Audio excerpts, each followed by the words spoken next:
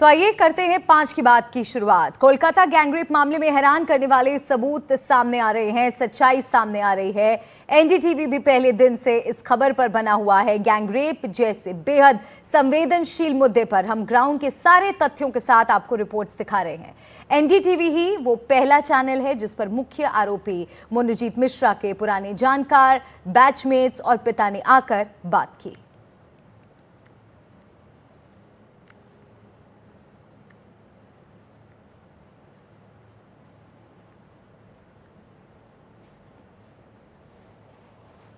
सब स्टूडेंट्स उनको बहुत फियर करते थे। एक इंटिमिडेशन का एटमॉस्फेयर क्रिएट हो गया था कैंपस में, because he used to click photos of the female students, morph them and circulate them on WhatsApp groups. College के गेट के बाहर वो रहता था अपना लोकल गुंडे को लेके, वहाँ पे जो भी निकलता था हम लोग जो भी उसको उस टाइम पे प्रोटेस्ट करते थे उसके अगेंस्ट में, उन लोगों को मारपीट करना, उनसे बदतमीजी करना, कॉलेज गेट के सामने लड़कियों से छेड़खानी करना। मोनोजीत का आपके साथ रह रहा था, कब से, क्या फैमिली बैकग्राउंड है, थोड़ा बताइए उसके बारे में। फैमिली बैकग्राउंड तो देख रहा है। हम लोग 50,000 करोड़ का मालिक है। फैमिली बैकग्राउंड क्या है? ये साधारण आदमी है, खटके खाने वाला आदमी है। साउथ कोलकाता लॉ कॉलेज में छात्रा के साथ हुए गैंगरेप मामले ने पूरे देश को झकझोर कर रख दिया है। इस केस की जांच जैसे जैसे आगे बढ़ रही है, हर रोज नए नए खुलासे हो रहे हैं। मुख्य आरोपी मोनोजीत मिश्रा उर्फ मैंगो के बारे में नई नई जानकारियां सामने आ रही हैं। वो कैसे इस कॉलेज में आतंक का पर्याय था, ये सब सामने आ रहा है। उसके साथ के पड़े हुए लोग अब खुलकर सामने आ रहे हैं और खोल रहे हैं उसकी क्राइम कुंडली। देखिए रिपोर्ट।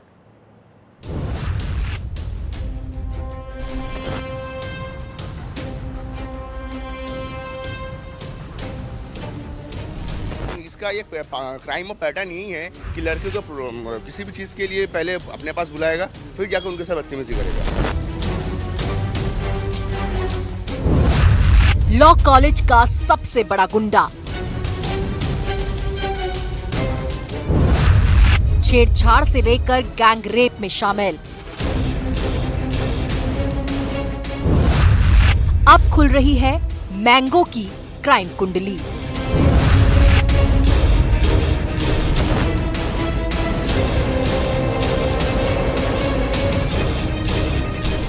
2012-13 कॉलेज में था, 14 में अब तक 3rd सेमेस्टर वो कॉलेज में नहीं आता था।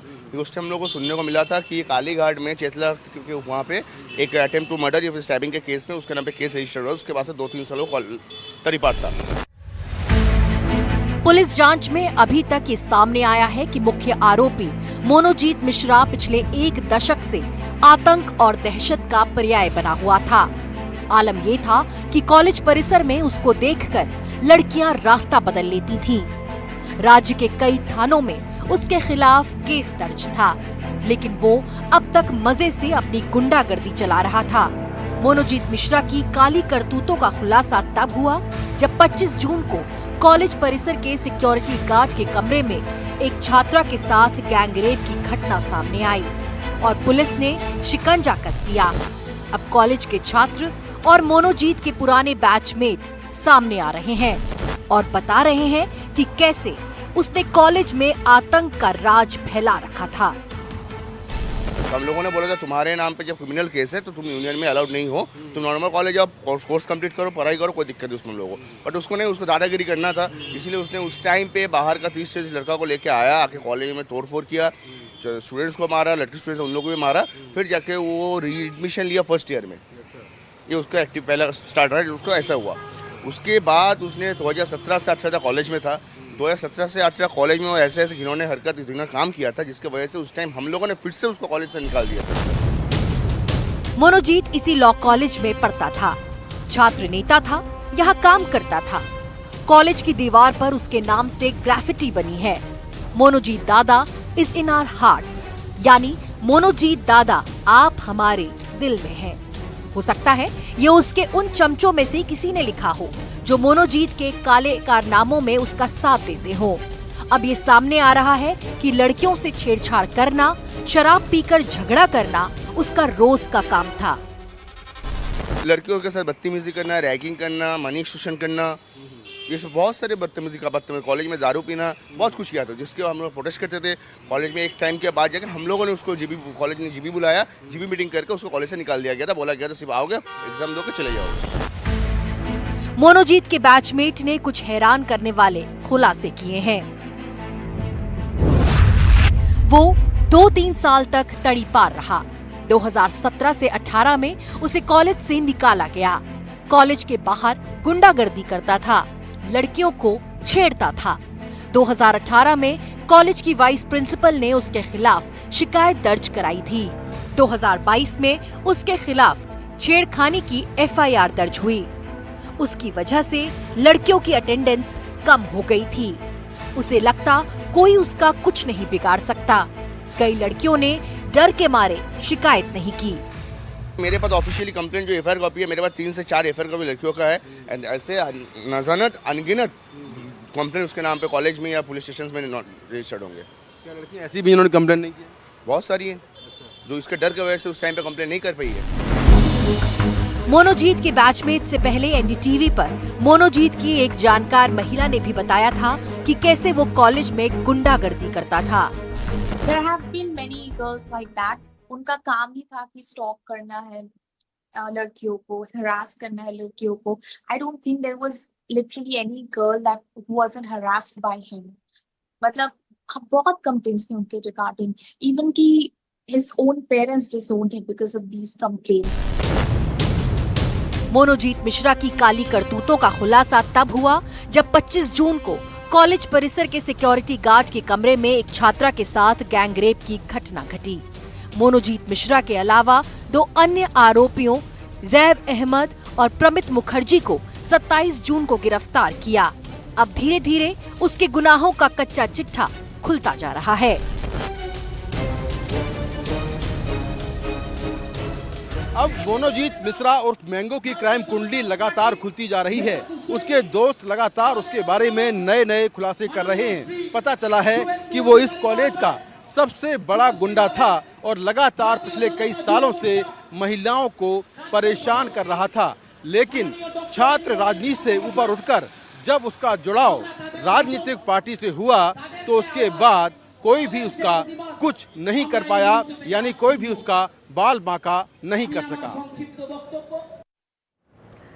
मोनोजीत की हरकतें सामने आने के बाद पुलिस लगातार पड़ताल कर रही है। अलीपुर कोर्ट ने पुलिस की अपील पर तीनों आरोपियों की रिमांड 8 जुलाई तक बढ़ा दी है।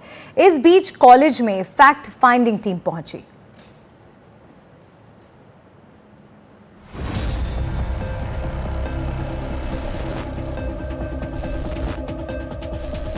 मोनोजीत को लगता था कि उसका कोई कुछ बिगाड़ नहीं सकता, लेकिन फिलहाल वो पुलिस के शिकंजे में है। पुलिस गैंगरेप मामले में सारे सबूत जमा कर रही है। कोलकाता पुलिस ने साउथ कोलकाता लॉ कॉलेज के अंदर और बाहर वीडियोग्राफी करवाई ताकि सारे तथ्य सामने आ सकें। इस बीच बुधवार को साउथ कोलकाता लॉ कॉलेज में यूनिवर्सिटी ऑफ कोलकाता की फैक्ट फाइंडिंग टीम भी पहुंची। साउथ कोलकाता लॉ कॉलेज में यूनिवर्सिटी ऑफ कोलकाता की एक टीम पहुंची है। फैक्ट फाइंडिंग ये टीम है जो यहाँ पर जांच करने आई है। आप देखें गाड़ी में लिखा है कलकत्ता यूनिवर्सिटी। इसकी एक टीम यहाँ पर आई है जांच करने के लिए और मैं कोशिश करता हूँ। सर क्या जांच हुई है? चलो दादा क्या जांच हुई? यहाँ पर जांच करने आए थे और पूरी घटना की जानकारी ली है। यहाँ पर कैसे पूरी घटना हुई, क्योंकि ये जो पूरा गैंगरेप का मामला है ये साउथ कोलकाता लॉ कॉलेज में हुआ है, जहाँ पर 3 लड़कों पर आरोप है और इसी कॉलेज के अंदर ये पूरी घटना हुई है, जिसमें बहुत सारी लापरवाही जो कॉलेज की है वो भी निकलकर सामने आई है।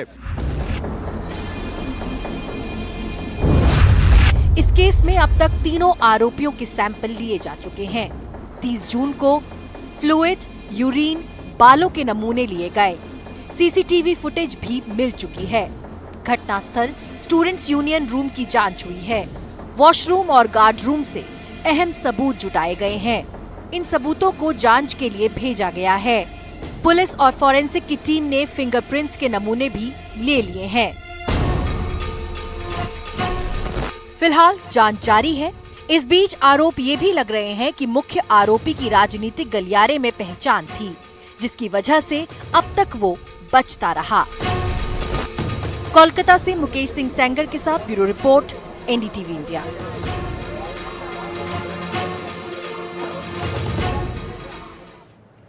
और हमने मुख्य आरोपी मनोजीत के पिता रॉबिन मिश्रा से भी बात की। पिता कोलकाता के कालीघाट इलाके में पुजारी हैं। उन्होंने क्या कहा है, आइए आपको सुनाते हैं। कई लड़कियों ने कंप्लेंट किया है। सब जुडिशियल मैटर है, भारत के संविधान पर पूरी आस्था है। जो प्रशासन जो तदंत कर रहा है उस पे मुझे भरोसा है, तो वो लोग जो करेंगे करेंगे ना। क्या वो टीएमसी के लिए काम कर रहा था? हम जानता नहीं है। और आप लोग तो पैरेलल सिस्टम कर रहा है, जुडिशियरी जो चल रहा है, मीडिया पैरेलल सिस्टम तैयार करके पूरा एकदम वे कर दीजिए, फांसी में लटका दीजिए सबको, हमको भी लटका दीजिए। ऐसे ऐसे क्यों? नहीं, ऐसा कोई नहीं कर रहा है, वो तो कोर्ट में मैटर चल रहा है। इधर वो तो कोर्ट में चल रहा है मैटर ना, हम लोग थोड़ा कर रहे हैं। कोर्ट में चल रहा है, कोर्ट में जाइए, सब जुडिस मैटर है। बहुत सारी लड़कियों ने उस पर एलिगेशन लगाए हैं, पहले से भी केस दर्ज थे। कुछ कहना है आपको इस पर? एलिगेशन लगाना भारत में क्या नई बात है? जब किसी आदमी कोई भी असुविधा में होता है, एक असुविधा होगा तो उसका 10 असुविधा होगा। समय समय की बात है। सब जुडिस मैटर है, अब जाइए ना, सब जुडिस मैटर है, कोर्ट में जाइए। और जो जो लोग उसको ये कर रहा है, इंस्पेक्शन कर रहा है, उन लोग जो सही होगा। वो हमारा भारत के उच्च न्यायालय जो भारत के संविधान के प्रति मेरा उच्च मान है, वो जो उसमें जो ये होगा वही होगा।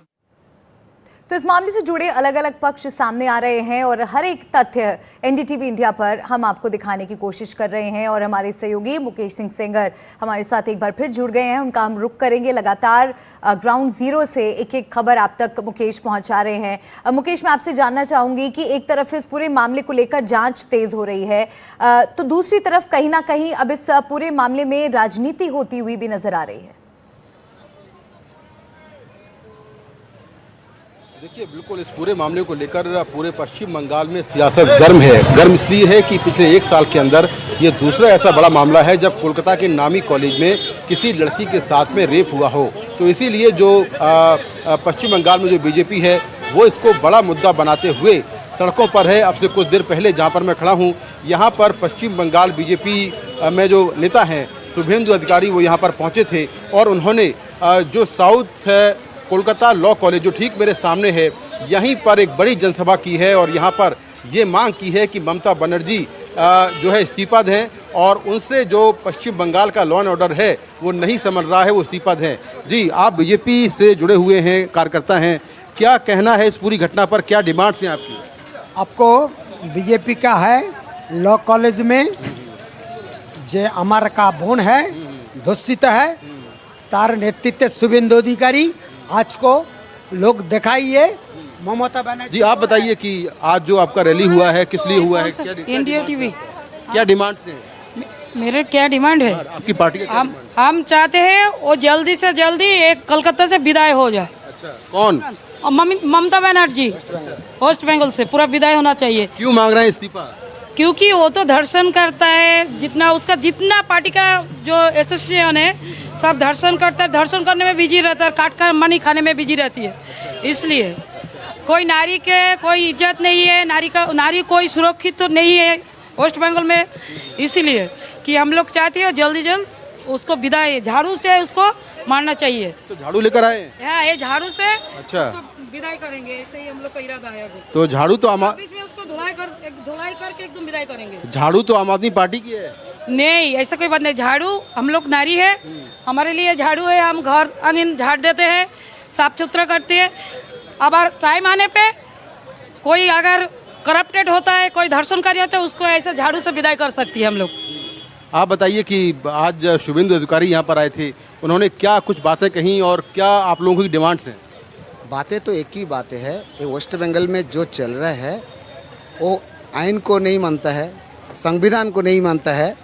वो स्कूल, कॉलेज वो जो भी है सभी को डॉक्टर आइन लॉ कलर्स सभी को वो मारता है, किसी को नहीं, उसको वो जिसको नहीं माने सुरक्षा देना। तो बिल्कुल यहाँ पर बीजेपी जोर शोर से ये डिमांड कर रही है, सड़कों पर है कि ममता बनर्जी इस घटना के बाद वो सीधे तौर पर वो जिम्मेदार हैं और वो इस्तीफा दें। जी शुक्रिया आपका मुकेश, तमाम जानकारी दर्शकों तक पहुंचाने के लिए नजर बनाए रखिएगा।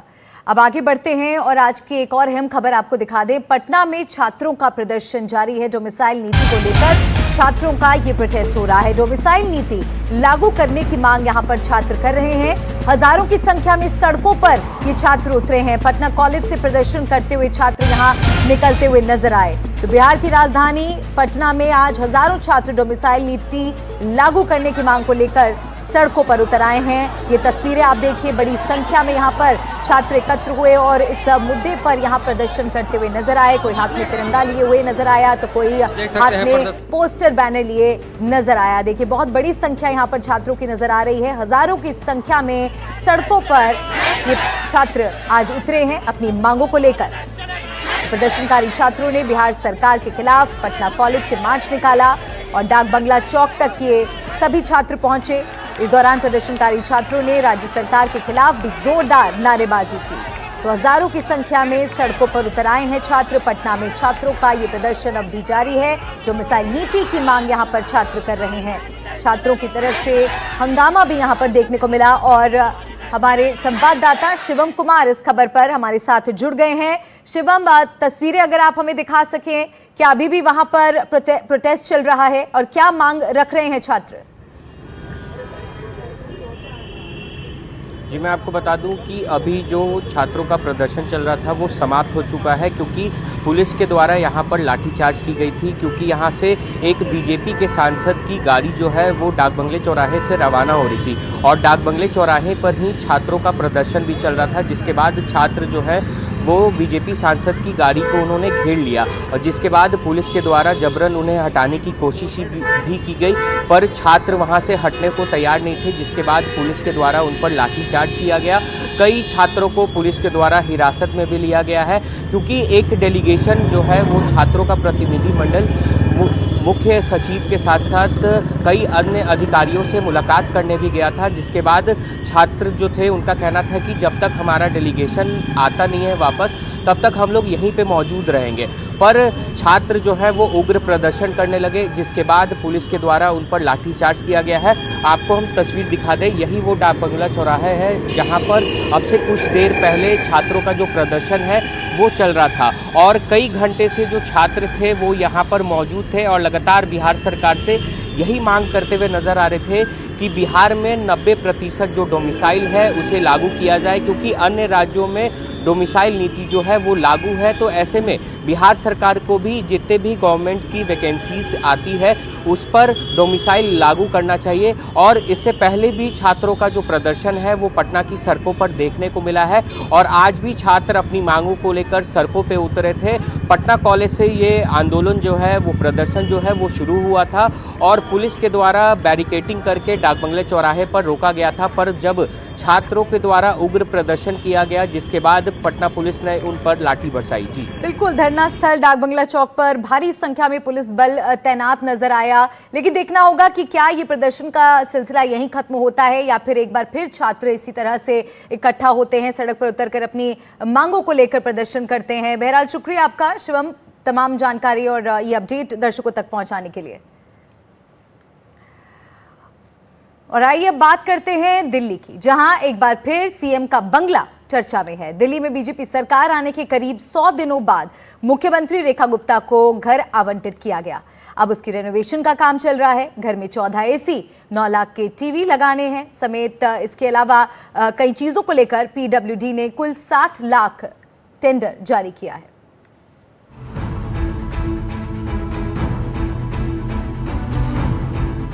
दिल्ली में पिछली आम आदमी पार्टी की सरकार में पूर्व सीएम अरविंद केजरीवाल के आवास पर हुए करोड़ों रुपए के खर्च को बीजेपी ने बर्बादी बताया था। बीजेपी ने खूब जोर शोर से मुद्दा उठाया था। वो शीश महल जो पूर्व मुख्यमंत्री ने केवल अपनी अय्याशी के लिए बनाया था, दिल्ली की जनता की खून पसीने की कमाई के पैसे से बनाया था और एक ये शीश महल है जो जनता को समर्पित कर उनकी सुविधा के लिए आज दिया गया है। अब बीजेपी सत्ता में है, मुख्यमंत्री रेखा गुप्ता हैं और उनके सरकारी आवास की भी चर्चा जोरों पर है। 9.3 लाख रुपए में 5 टीवी, 7.7 लाख रुपए में 14 एसी, 5.74 लाख के 14 सीसीटीवी कैमरे और 1.8 लाख का रिमोट कंट्रोल वाले 23 सीलिंग फैन। यह सब सामान दिल्ली की मुख्यमंत्री रेखा गुप्ता के आवंटित बंगले में लगना है, जिसको लेकर दिल्ली के पीडब्ल्यूडी विभाग ने टेंडर जारी किया है। यह टेंडर सिर्फ इलेक्ट्रिकल चीजों को लेकर ही है, जिस पर करीब 60 लाख रुपए खर्च होंगे। सीसीटीवी, एसी, टीवी के अलावा घर में 85,000 का एक ओटीजी ओवन टोस्ट ग्रिल, 77,000 का एक ऑटोमेटिक वॉशिंग मशीन, 60,000 का एक डिश वॉशर, 63,000 का गैस चूल्हा, 32,000 का माइक्रोवेव और 91,000 का 6 गीजर। रोशनी के लिए बंगले में 115 lamp, wall lighter, hanging light और 3 बड़े झूमर लगेंगे, जिसकी लागत 6,03,929 रुपये है। मुख्यमंत्री को कुल 2 बंगले मिले हैं, जिसमें से एक में वो खुद रहेंगी और दूसरे का उपयोग कैंप ऑफिस के तौर पर किया जाएगा। आप मेरे पीछे जो ये पहला आवास देख रहे हैं, ये बंगला नंबर 1 है और जो इसके साइड में है वो बंगला नंबर 2 है। 2 आवास इसलिए क्योंकि एक में मुख्यमंत्री रहेंगी और एक में कैंप ऑफिस बनाया जाएगा, ताकि जो लोग उनसे मिलने आएंगे वो मिल सकें। सवाल है कि जिस शीश महल को बीजेपी ने मुद्दा बनाया और कहा कि 33 करोड़ में केजरीवाल ने अपने लिए घर बनाया, आज वो भी वही करती हुई नजर आ रही है। फिलहाल 60 लाख रुपए से रेनोवेशन मुख्य रूप से इलेक्ट्रिक संबंधी कार्यों पर केंद्रित है। इस पर दिल्ली सरकार का क्या कहना है, आपको बताते हैं। अरे गिराना भी इनको, कैमरे लगाना, कैमरे गुणाना, 1 2 3 4 5 6 7। अरे एक कमरे में 8 एसी लगा रखे हैं, मुख्यमंत्री का ऑफिस और घर है, कोई शर्म आनी चाहिए इन बेईमानों को।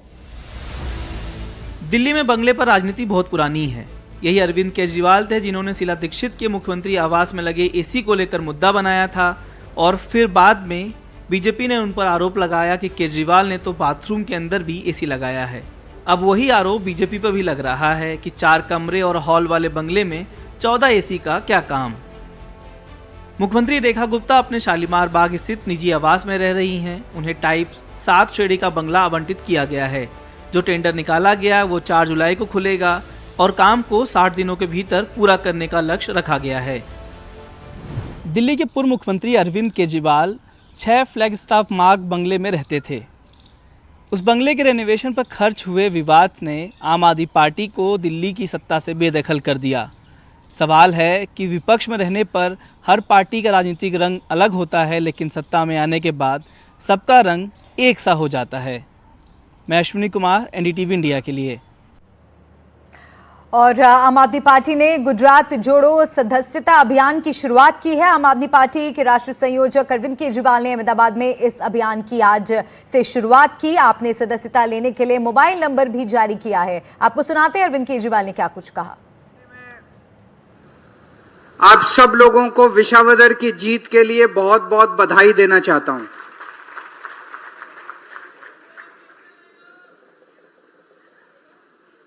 सबसे ज्यादा बधाई और शुक्रिया मैं विसावदर के लोगों को देना चाहता हूं,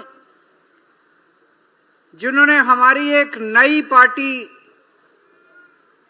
छोटी सी पार्टी लेकिन ईमानदार पार्टी, देशभक्त पार्टी पे भरोसा किया और ऐतिहासिक जीत देकर विसावदर से उन्होंने गोपाल इटालिया को असेंबली के अंदर भेजा है।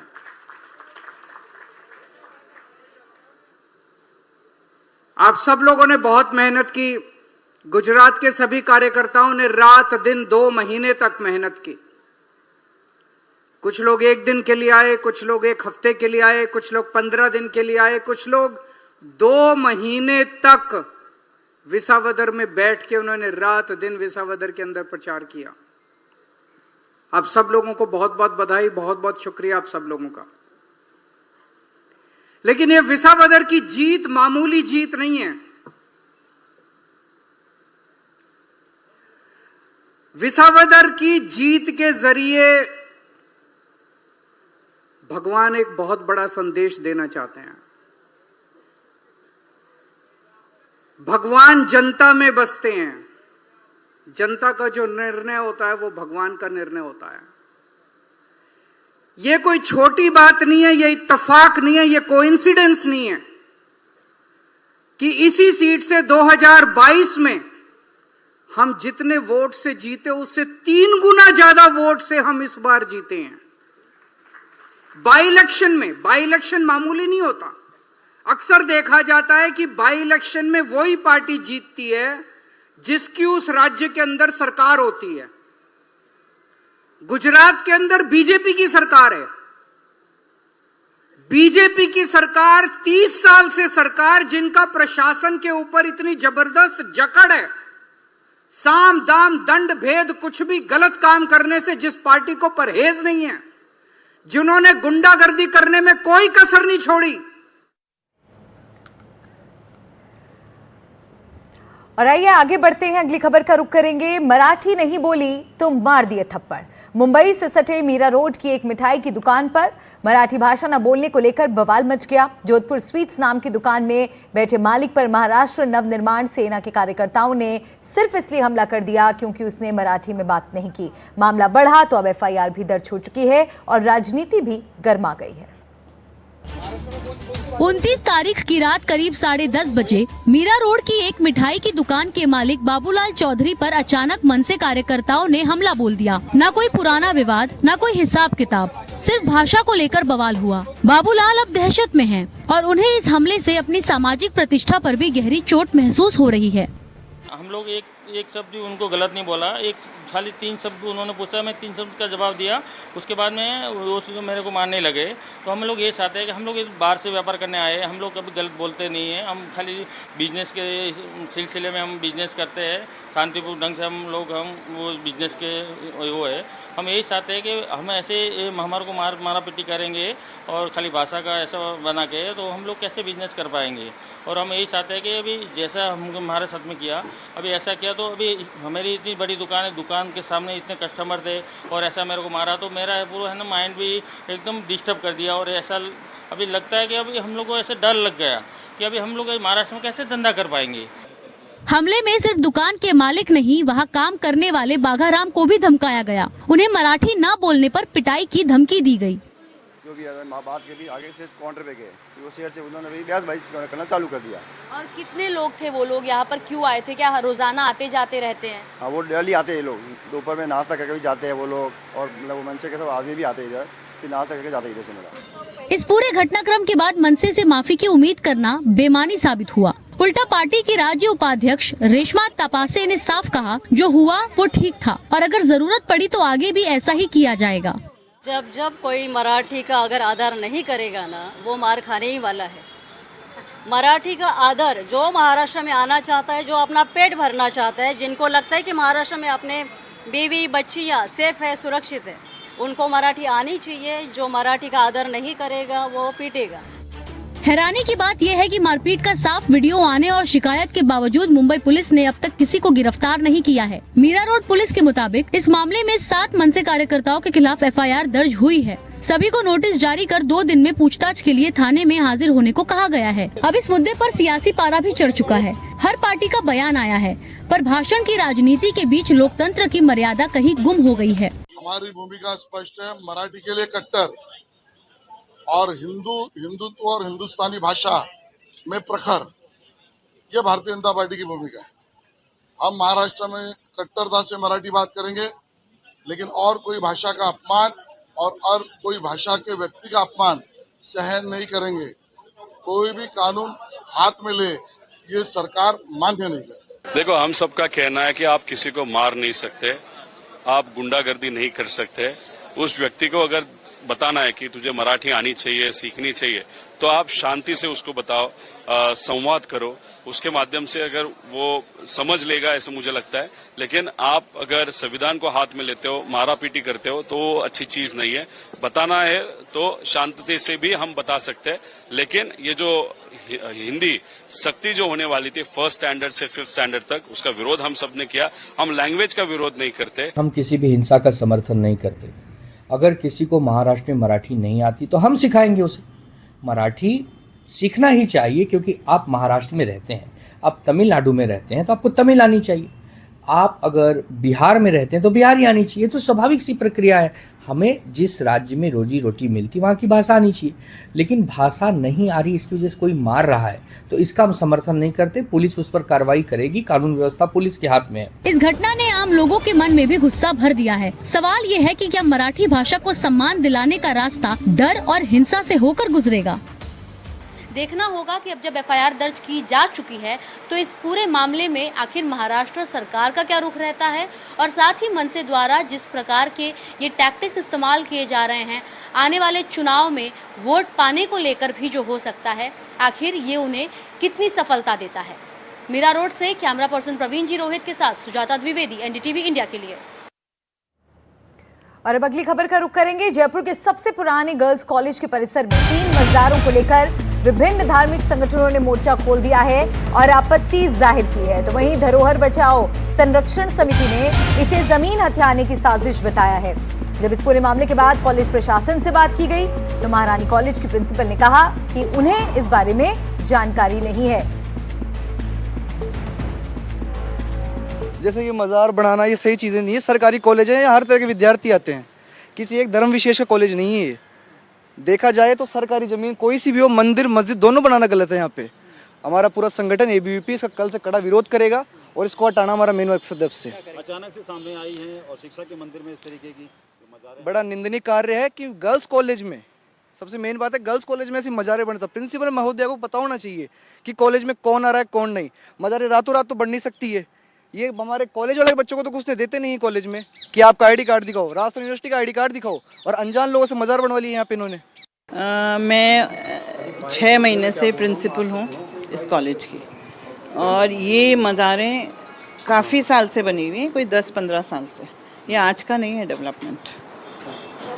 ये गर्ल्स कॉलेज में मज़ार किसने बनवाई थी, किसके द्वारा बनवाई गई थी, क्या जानकारी? सर ये तो मेरे को कोई जानकारी नहीं है, बिकॉज़ मैं खुद भी इस पोस्ट पे अभी 6 महीने पहले आई हूँ। सो मेरे को तो पता नहीं है कि जिस तरीके से इन तीनों मज़ारों का वीडियो वायरल हुआ है, लगातार जो स्टूडेंट्स लीडर्स हैं वो भी इस चीज़ का विरोध कर रहे हैं कि आखिर कहाँ से मतलब इस तरीके से मज़ार बन जाती है महारानी कॉलेज के परिसर में, और प्रिंसिपल को जो है पता भी नहीं होता है। सर ये प्रिंसिपल का रोल तो यूँ नहीं है, बिकॉज़ ये 3 आज अभी बनी तो है नहीं है, ये बहुत पुरानी मज़ार है। तो ये तो बहुत टाइम हो गया इन चीज़ों का, तो ये तो स्टेटस को चल रहा है जैसे चल रहा है। राजधानी जयपुर के सबसे प्रतिष्ठित कॉलेज और महिला कॉलेज के अंदर एक विचित्र मामला है वो सामने आया, और उस मामले के अंदर देखा गया कि एक जो वीडियो है वो सोशल मीडिया में पिछले 2-3 दिन से लगातार वायरल हो रहा है। ये महारानी कॉलेज का ही परिसर है जहां पर एक साथ जो 3 मज़ारें हैं वो बनी हुई दिखाई दी, और उसको लेकर जो धरोहर बचाओ समिति है उसके द्वारा जो है वो वीडियो सोशल मीडिया पे डाला गया, और इन तीनों मज़ारों का जो है लगातार उनके द्वारा विरोध किया जा रहा है। इसके साथ ही जो यहाँ पे ABVP और तमाम जो स्टूडेंट्स हैं उनके द्वारा भी जो है इन मज़ारों को लेके जो है आपत्ति जताई गई। लेकिन जिस तरीके से ये मज़ारें बनी हैं, क्योंकि यहाँ पर आप देखेंगे कि आपको अगर मैं तस्वीरों में दिखाऊं तो एक के बाद एक जो मज़ार है यहाँ पर देखने को मिलेगी। 3 मज़ार हैं यहाँ पर देखने को मिल रही है, और इन मज़ारों के चलते जो तमाम जो हिंदू संगठन हैं उनके द्वारा जो है विरोध है वो किया जा रहा है। और इसके साथ ही तमाम मज़ारों के सामने आने के बाद से जो है लगातार हिंदू संगठन हैं वो भी मौके पर पहुँच रहे हैं। और सवाल ये है कि जिस परिसर के अंदर जो है पुरुषों की एंट्री नहीं होती है, महिलाओं के केवल वो कॉलेज रहती है, और उसके अंदर अगर मान लीजिए किसी भी व्यक्ति के द्वारा उसके परिसर के अंदर इस तरीके से मज़ार बनवाई जाती है, तो जो सवाल है वो प्रिंसिपल पे भी उठते हैं, और तमाम जो यहाँ के लोकल जो बॉडीज़ होते हैं उनके ऊपर भी सवाल उठने लाजमी है। और इसीलिए जो है तमाम जो ये संगठन के लोग हैं, स्टूडेंट लीडर्स हैं, वो यहाँ पहुँच रहे हैं। कुछ स्टूडेंट लीडर्स हैं, उनसे भी बातचीत करने की कोशिश करूँगा कि क्या कुछ पूरा मामला है और इनको कब इस चीज़ की जानकारी मिली, और इस जानकारी के बाद जो है इनकी क्या प्रतिक्रिया रहेगी। मेरे साथ एक स्टूडेंट हैं, उनसे भी बातचीत करूँ। कब पता चला कि इस तरीके का मामला सामने? अभी हमारी कैंपेनिंग चल रही है सभी कॉलेजों में, तो अचानक पता लगा कि महारानी कॉलेज में ऐसा कोई मामला चल रहा है। स्टूडेंट के एडिशन को लेकर कैंपेनिंग चल रही है। एडिशन में उनकी हेल्प की जा रही है कि किसी स्टूडेंट को कोई समस्या का सामना नहीं करना पड़े, एडिशन कैंसिल वगैरह हो जाते हैं कई बार, उस चीज़ के लिए चल रही है। तो आपको कब पता चला कि यहाँ महारानी कॉलेज के परिसर के अंदर अभी जस्ट महारानी कॉलेज के आ रहे थे, उस टाइम पता लगा कि भैया क्या चल रहा है, इस चीज़ के लिए देखने के लिए आए हैं। भाई ये चीज़ गलत है, महारानी कॉलेज के अंदर ऐसी धर्म जाति धर्म के नाम पे ऐसा नहीं होना चाहिए। यहाँ सभी धर्म के लोग आते हैं, पढ़ते हैं। ये वो स्टूडेंट लीडर्स हैं जिनके द्वारा जो है आपत्ति जताई गई है इस पूरे मज़ार के मामले को लेकर। और सबसे बड़ी बात यह है कि जब इन मज़ारों का जो वीडियो सोशल मीडिया पे वायरल हो रहा था, उस वीडियो को लेकर जो है तमाम जो धार्मिक संगठन हैं उनके द्वारा अलग अलग प्रतिक्रियाएं हैं वो दी गई थी, और उसके बाद से जो है लगातार ये मज़ारें हैं सुर्खियों में बनी हुई। लेकिन सवाल वही है कि जिस तरीके से जिस कॉलेज के अंदर तमाम जो कह सकते हैं कि महिलाओं का जो कॉलेज रहता है और उसके अंदर इस तरीके की मज़ारों का निर्माण किया जाता है, तो वो किस किस शहर में चल रहा है। कहीं ना कहीं जिस तरीके से ये पूरा जो मामला सामने आया है उसके बाद जो है जांच की जाएगी या नहीं, ये आने वाले समय में पता चल पाएगा। लेकिन इन मज़ारों को लेकर जो है लगातार जो है यहाँ पर विरोध हिंदू संगठनों के द्वारा किया जा रहा है। जयपुर से कैमरामैन जसराज के साथ वीरेंद्र सिंह शेखावत, एनडीटीवी। और कांवड़ रूट पर लाइसेंस जरूरी है। इस बार की कांवड़ यात्रा के मद्देनजर उत्तराखंड सरकार ने दुकानदारों के लिए सख्त निर्देश जारी किए हैं, जिसके तहत कांवड़ यात्रा मार्ग में बिना लाइसेंस खाने पीने की चीजें बेचने वाली दुकानों पर कड़ी कार्रवाई होगी।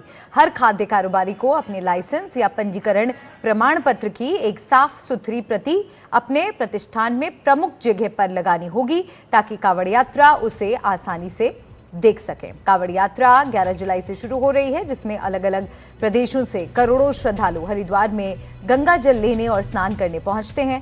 ऐसे में उत्तराखंड आने वाले यात्रा मार्गों पर कांवड़ियों को शुद्ध भोजन मिले, इसके लिए राज्य सरकार ने कड़े दिशा निर्देश जारी किए हैं। श्रद्धालुओं को शुद्ध और सुरक्षित भोजन मिले, इसके लिए व्यापक निगरानी अभियान चलाया जाएगा।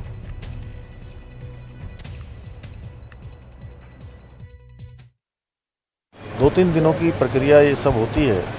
इसमें जो रास्ते भर में जो दुकानदार होते हैं, खाद्य सामग्री जहाँ खाना मिलता है वो सब शुद्ध होना चाहिए और कहीं किसी प्रकार की मिलावट न हो, कोई असंदिग्ध न हो।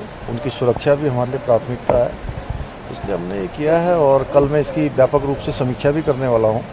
और जो हमारे जनप्रतिनिधियों के, स्टेक होल्डर्स के, जो व्यापार मंडल के लोग हैं, धार्मिक सभा के लोग हैं, गंगा सभा के हमारे प्रतिनिधि हैं, उनके जो सुझाव आएंगे उसके आधार पर हम और आगे भी निर्णय करेंगे। मैंने अपने विभाग को कहा है कि सब जगह के किचन जो है वो एक अच्छे सिस्टम से होने चाहिए, वहाँ कैमरे होने चाहिए और गुणवत्तापूर्वक जो है यात्रियों को खाना मिल जाए, वहाँ ये सारी व्यवस्था होनी चाहिए। और मुझे बहुत अच्छा लगा कि कई हॉस्पिटलों ने अपने किचन भी ठीक कर ले हैं, कई विश्वविद्यालयों ने अपने जो हॉस्टल जहां छात्रावास है वो भी ठीक हो गए हैं।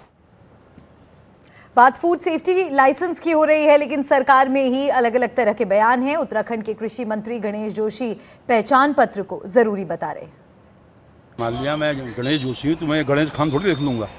अगर मुख्यमंत्री जी ने कहा है तो बिल्कुल सही कहा है और लोगों को इसका पालन करना चाहिए, क्योंकि बीच में जिस प्रकार की घटनाएं घटी हैं कि खाने में थूकना, अन्य प्रकार की घटनाएं, उसके लिए अपनी पहचान, अपना पहचान पत्र होना बहुत ज़रूरी है।